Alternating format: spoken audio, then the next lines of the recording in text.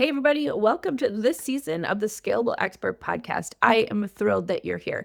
Hey, if you're new here, we help maxed out experts actually build a scalable business that grows beyond their time and attention. And if you have been here for a while, welcome back. Super thrilled that you're here.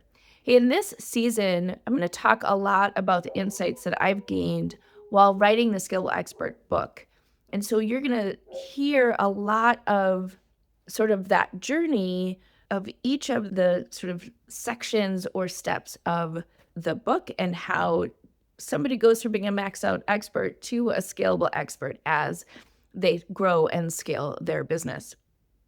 And one of the things I wanted to just start with in this season is really looking at you as an expert. So often, if you are an expert, you're a service provider, you have some sort of expertise that has led you to want to monetize that into an income source and make a bigger impact in the world. And so you start this business and you start looking at various business models that are out there. And one of the biggest insights that we've discovered over this time is that the traditional business model was never actually meant for experts. And I'm going to dive a little bit into that and talk about what is the business model that helps experts. Because here's the thing. So a traditional business model is talking about how do you step into the business owner role and build a business that actually can grow and scale without you, right? Without your time and attention. You hire a big team, have various services and products that you are selling to customers. And the goal is, as you grow and scale, is to get yourself out of the business itself, right? So you've heard probably work on the business and not in the business. And so a traditional business model is really around how do you put together that traditional infrastructure, the organizational chart? How do you have, lots of team and staff who actually help to deliver on the promise that you're making from a business perspective? And that's amazing and that's awesome. And sometimes if you are an expert and you start a business, that's your goal, is to become the owner of the business and not the doer of the business. But most of the time, when you are an expert, you love what you do. You love your expertise. You have a passion for whatever the topic is. You have a way that you do things that you have grown over time, right? So if you're an expert, typically what happens is you love your expertise. You love to learn more. You love to be the thought leader. You love to be involved in what's happening. So take if you're a physician, for example, and you have gone to medical school and you have done patient care and you have done all the research. Maybe you're in the leading research for whatever it is you're specializing in as a physician.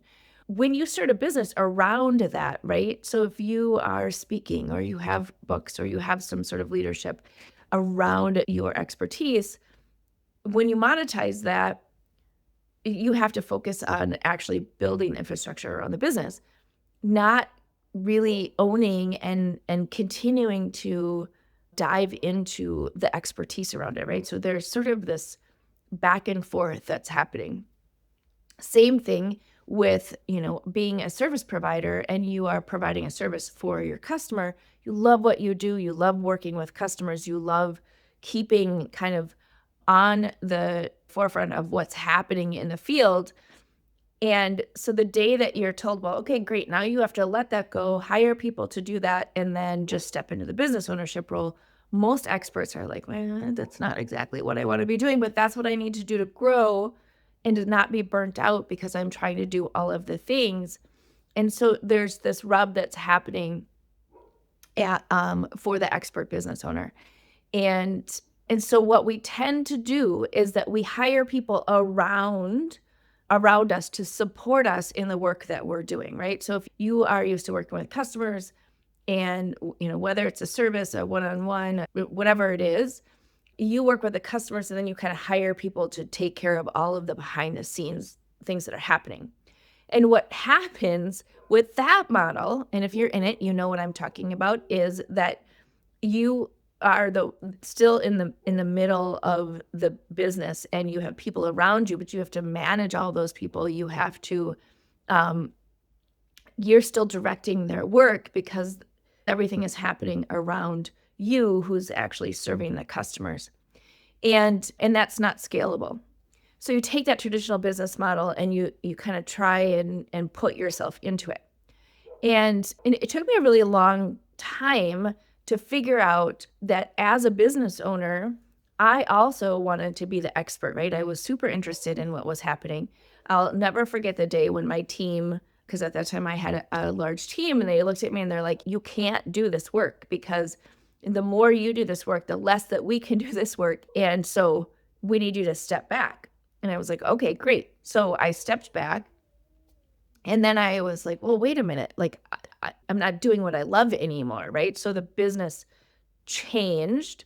So while it was successful, it changed for me. So then I started to do other sort of things to help. And again, if you are an expert in a business, it's trying to scale, and you know what I'm talking about, like I was helping, which I really wasn't. So I had to look at like, why was I struggling with this? And how do I grow a successful, scalable business that really allows me to still do what I love, show up in the way that makes me still be able to offer the value and the wonderful things that I was doing, and also control my time and my attention, because that is the rub, right? Is doing all of the things, trying to run the business and be the expert and grow and excuse me. So the business model of the scalable expert is slightly different.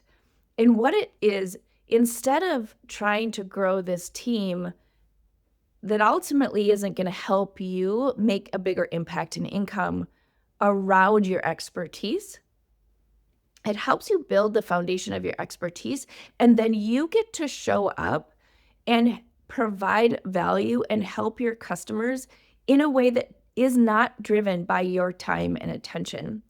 And that is where things start to shift. That's where your zone of genius starts to take off exponentially, and you create leverage in your business instead of trying to create something that ultimately isn't going to get you where you want to go.